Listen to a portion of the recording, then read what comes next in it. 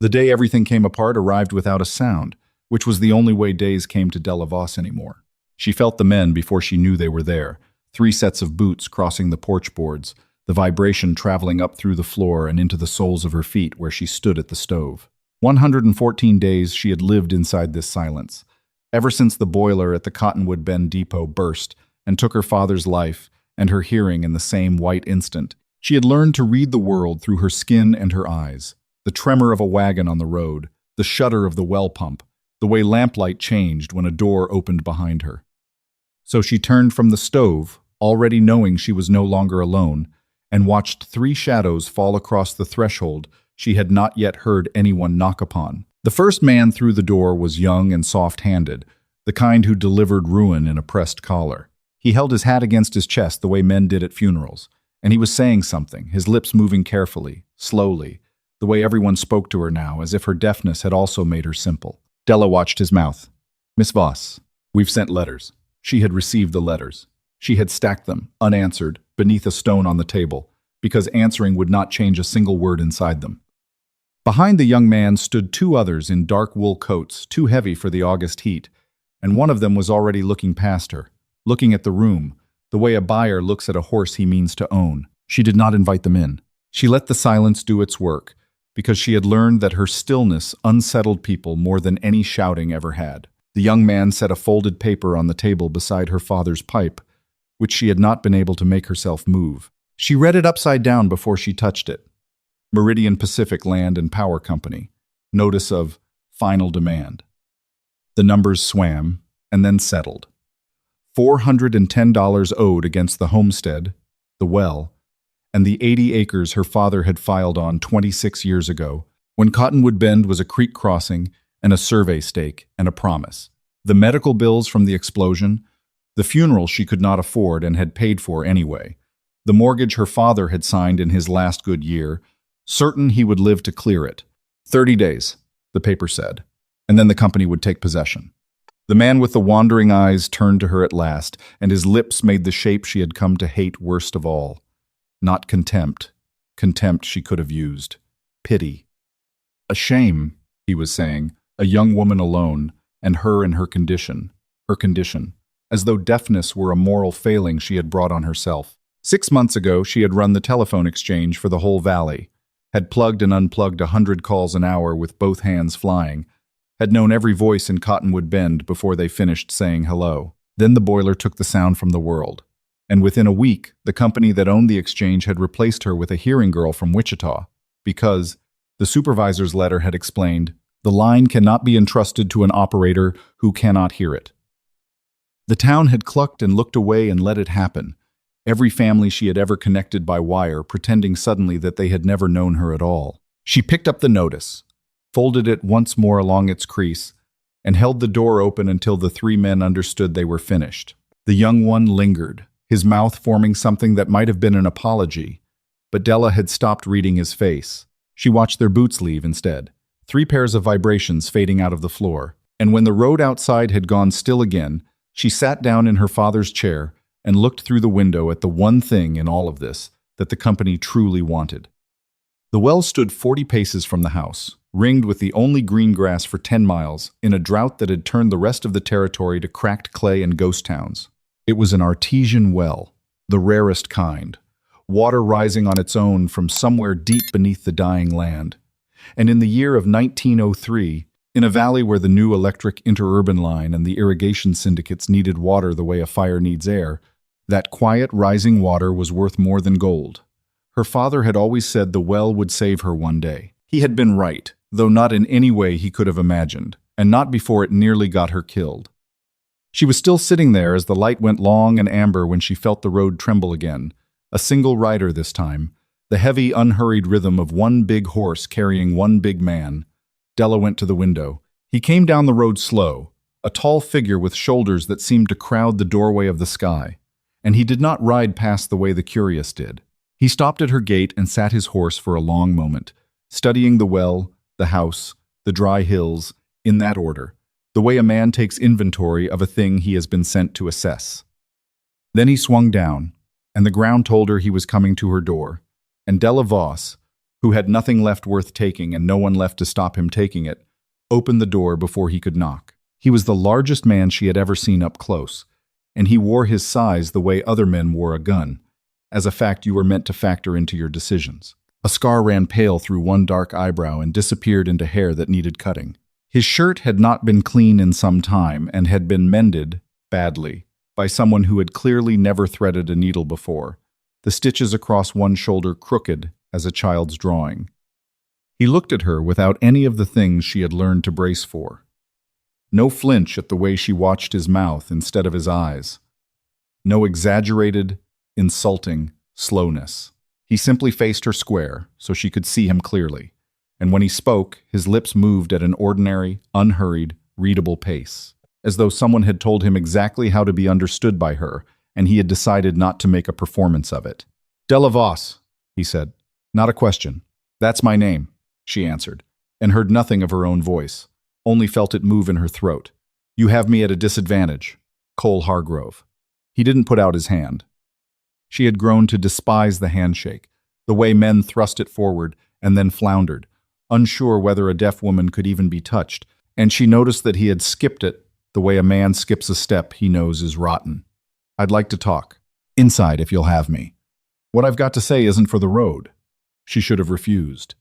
Every sensible instinct she had left told her to, but a person with 30 days and $400 and a silence for a world has run out of the luxury of sensible instincts. So she stepped back and let him in, and watched him fold himself carefully through her father's doorway, as if he had spent his whole life being too large for the rooms he was given. He did not sit until she did. He set his hat on the table, away from the pipe, as if he understood the pipe was not to be touched, and Della wondered who had told him these things, and decided she would find out. Then Cole Hargrove laid the whole terrible shape of it in front of her, plainly, in the plainest words she had ever read off a man's mouth. "I used to survey for Meridian Pacific," he said. "Run the lines, mark the parcels, file the maps that tell the courts who owns the water in this territory. 2 years I did it, and I was good at it, and I didn't ask the right questions. My brother Eli asked them." He paused, and she saw the muscle move along his jaw. "Eli found out the company's been filing false surveys for a decade, drawing the maps to say the artesian rights run with the railroad easement instead of with the homesteads. It's a lie, and it's worth a fortune. And a year ago, Eli went to put the truth in front of a federal judge." Cole's hands lay flat and still on the table, and that stillness frightened her more than fists would have. He never made the courthouse. "They said his wagon went off the grade above Sutter's Draw. I went and looked at the wheel. Wasn't any accident put that scar in the axle." Della sat very still. The lamplight trembled faintly with her own pulse. "Here is the part that concerns you," Cole went on, and now he leaned in so she would miss nothing.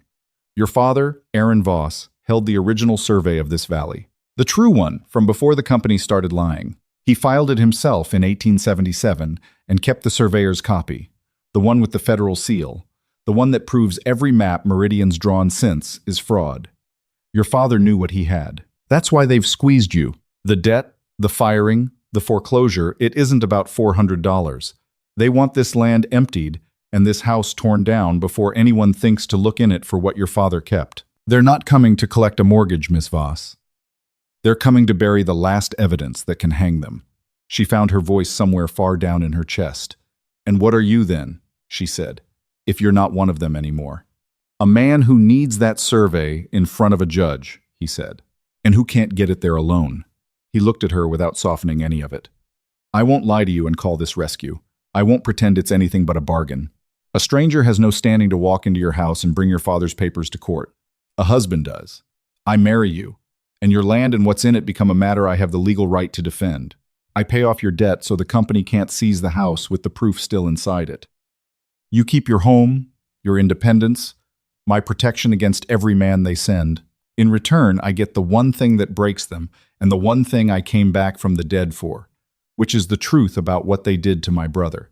He drew a breath. "You're not a bride, Miss Voss. You're the last witness standing between Meridian Pacific and everything they've stolen. I'd rather tell you that to your face than have you find it out later and hate me for the lie."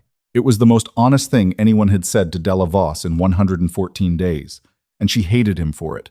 And she hated more that the hatred did not change the arithmetic. $410. 30 days. a silence she could not pay her way out of. She looked at his crooked, mended shoulder seam and his scarred brow and his still, dangerous hands. And she understood that she was looking at another person the frontier had broken and not finished off, and that there was a strange relief in it, in being seen as a weapon rather than a charity case, in being needed for what she had instead of pitied for what she'd lost. One condition, she said. I won't be a fixture in my own house, sitting where you set me. If we do this, you tell me everything, every plan, before you make it, the way you'd tell a partner and not a wife you mean to manage. I have spent 6 months being decided about.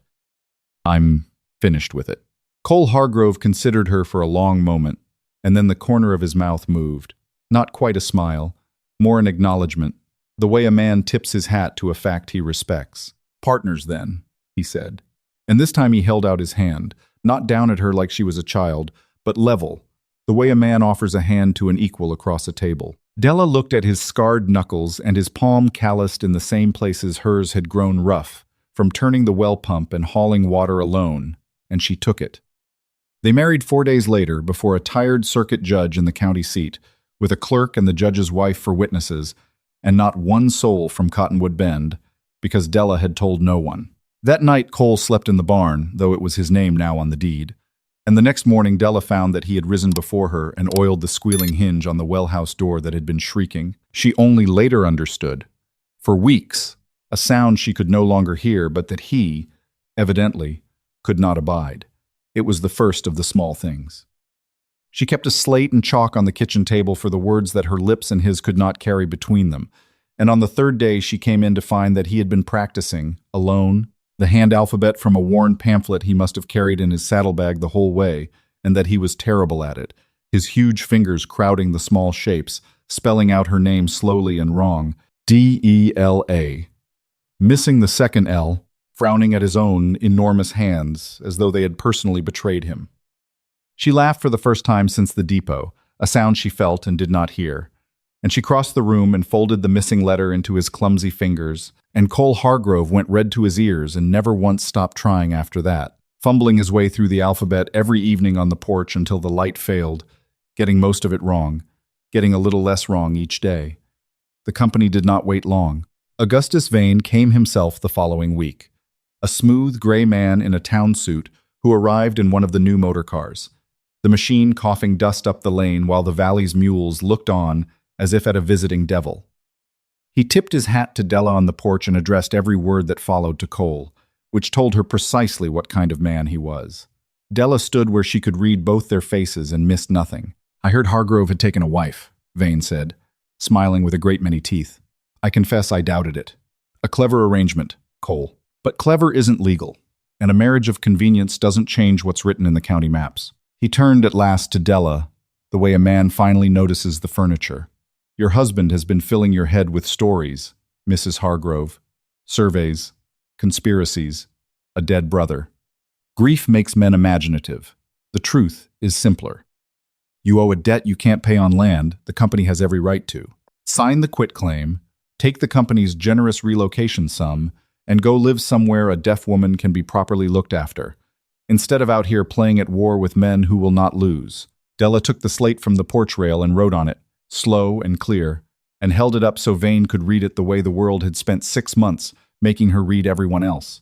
My father read your maps better than you do, it said, and I read lips. Tell your men to mind their mouths near me. Vane's smile did not move, but something cold and final entered his eyes, and Della understood she had just made an enemy who would never again underestimate her, which was both the most dangerous thing she could have done and, she would come to believe, the only honest place to start. The retaliation came at the dark of the moon. Della woke to the floor, shaking, not the gentle tremor of a horse or a wagon, but a deep, wrong shudder, and she sat up to a window full of orange light. The well house was burning. She was out the door in her nightdress before she had finished waking, and she could not hear the fire, but she could feel its heat pressing the air and see the sparks climbing into the black, and there was Cole already at the pump, hauling water hand over hand to throw against the flames, his bad-mended shirt blackening, his face streaked.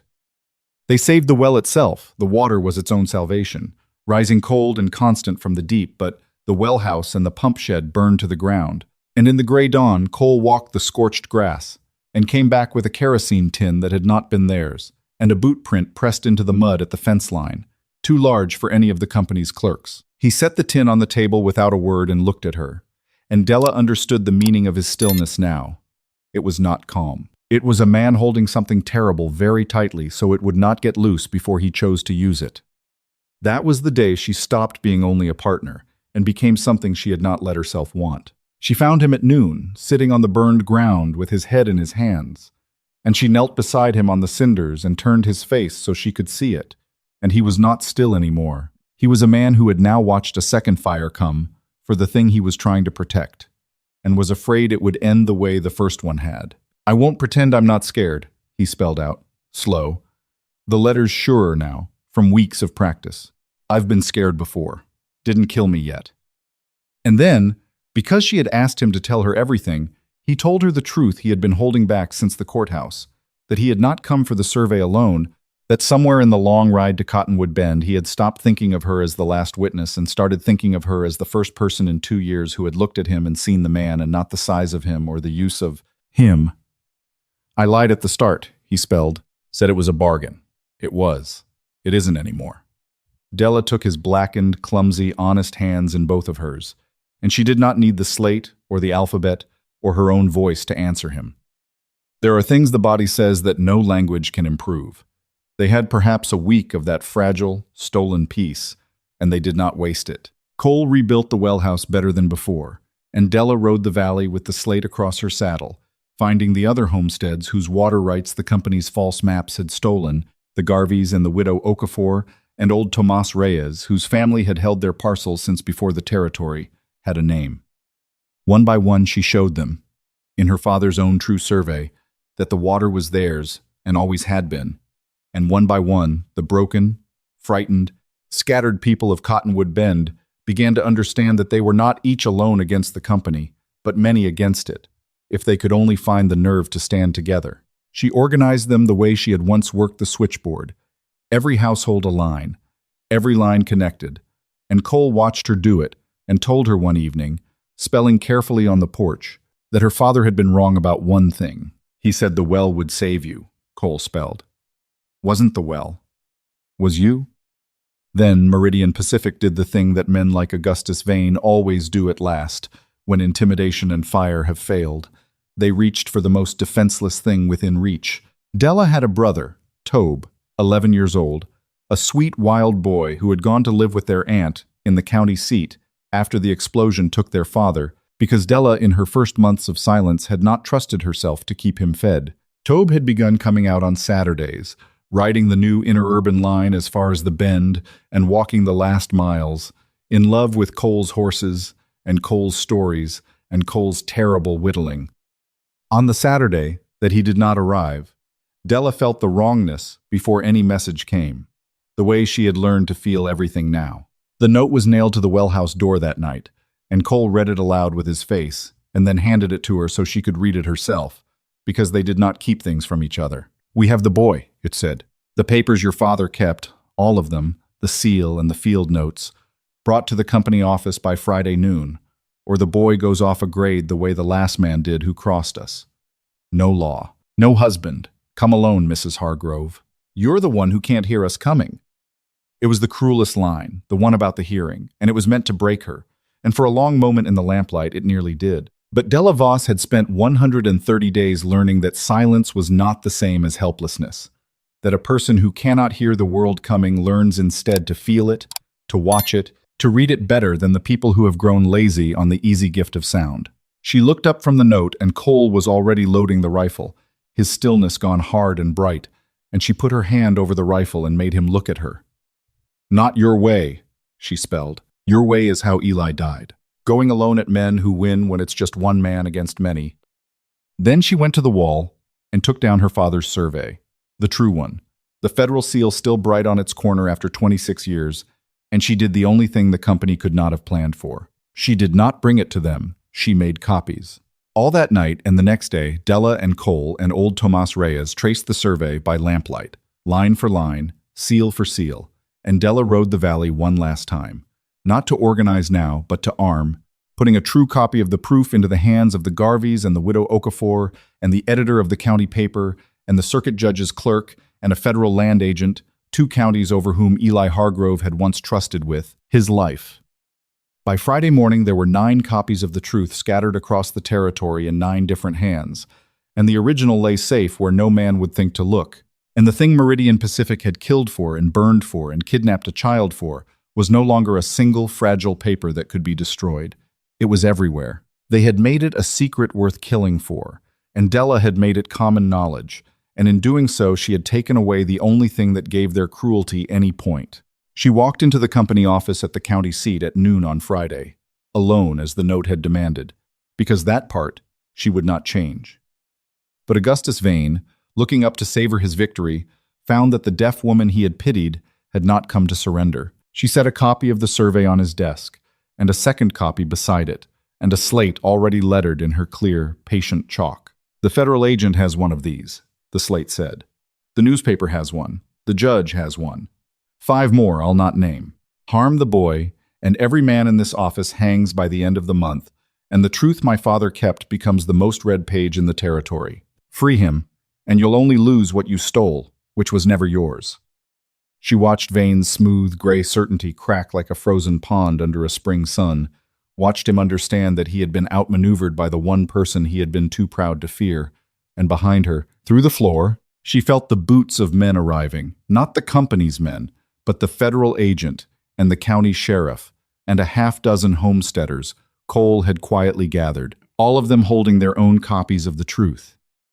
Tobe was found that afternoon in a line shack above Sutter's Draw, frightened and hungry and whole, and when Della reached him, he flew at her and she held him and felt his sobbing rather than heard it, and over his head she found Cole's eyes. And Cole, who had honored her plan and stayed his rifle and trusted her way over his own grief, spelled 3 slow letters with his huge, clumsy hand that she had taught to be gentle. She knew the word before he finished it. The reckoning, when it came not from a gun but from a courtroom, which was the harder and truer kind. The false surveys, laid beside Aaron Voss's true one, told a story even a paid jury could not unsee. Eli Hargrove's axle, kept all this time in Cole's saddlebag wrapped in oilcloth, told another. Augustus Vane and 3 officers of Meridian Pacific Land and Power were indicted for fraud and for the murder that the company had called an accident, and the water rights of the whole valley, which the company had drawn onto its own maps with a lie, returned by federal order to the families who had filed on them honestly when Cottonwood Bend was only a creek and a promise. Della testified herself, on the stand, in her own careful, soundless voice, with an interpreter at her side, and she did not look at the lawyers when she spoke. She looked at the jury, the way she had learned to look at every face that mattered, and she made them read her the way the world had once forced her to read it, and they did not look away. The frontier did not end so much as quietly turn into something else in those years, the way a long day turns to evening without anyone catching the moment the light changes. The motorcars multiplied, and the telephone wires crept out to every homestead, and the open range filled with fences and fields, and the old wild emptiness that had broken so many people went over, at last, into a settled country. Della Voss helped build the part of it that came after Cottonwood Bend. She gathered the valley's families into a water cooperative that owned the artesian rights together, no single man able to buy or steal what belonged to all of them, and she reopened the telephone exchange, this time owned by the town and not by any company in Wichita, and she hired and trained the operators herself, hearing and deaf alike, because she had learned that the line could be entrusted to anyone willing to pay attention, which was the only thing it had ever truly required. In the front room of the rebuilt house, she started a small school for the children of the valley, and among the lessons in reading and arithmetic, she taught them the hand alphabet, so that no child in Cottonwood Bend would ever grow up believing that a person who could not hear was a person who could not be reached. Cole never did become good at the whittling, and the porch step he had promised to fix the first week stayed broken for 2 years.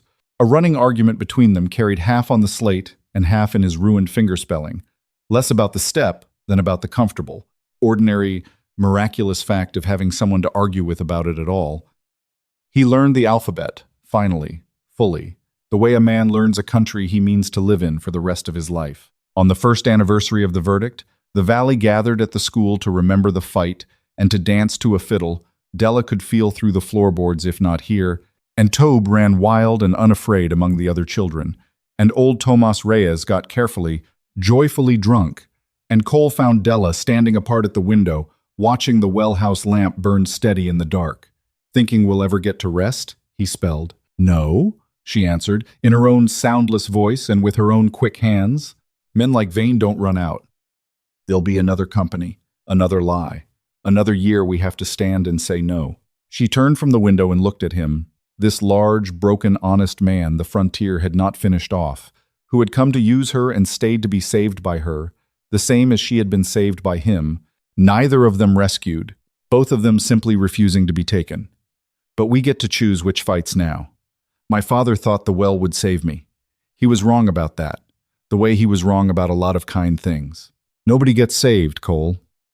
You save yourself, and then you save the people next to you, and you keep doing it, every season, forever, because the saving's never finished, and it was never supposed to be. Outside, the new electric line hummed its faint current along wires that now belonged to the town, and the water rose on its own from the deep the way it always had, indifferent to the men who fought over it, and the long western twilight settled over a valley that had decided, this once, that it would not be quietly taken. Della Voss could not hear any of it, but she had stopped, long ago, mistaking silence for the absence of a voice. She felt the music move up through the boards and into her chest, and she took her husband's clumsy, gentle, alphabet-learning hand, and she stood in the doorway of the world she had refused to surrender, in the last gold of an age that was ending and the first gray light of one just beginning, and she was, against every notice and letter and lie that had ever tried to erase her, still entirely there. Sometimes the thing taken from you, the job, the voice, the life you had planned, turns out not to be the thing that mattered most. Della lost her hearing and found she could read the world better for it. Loss doesn't always make us less. Sometimes it makes us pay a truer kind of attention. Whatever's been taken from you, look carefully. It may have quietly handed you something back. A small note for you, this story was created and fictionalized by AI, offered here for your entertainment, and crafted with the sincere hope that something in it stays with you and does a little good.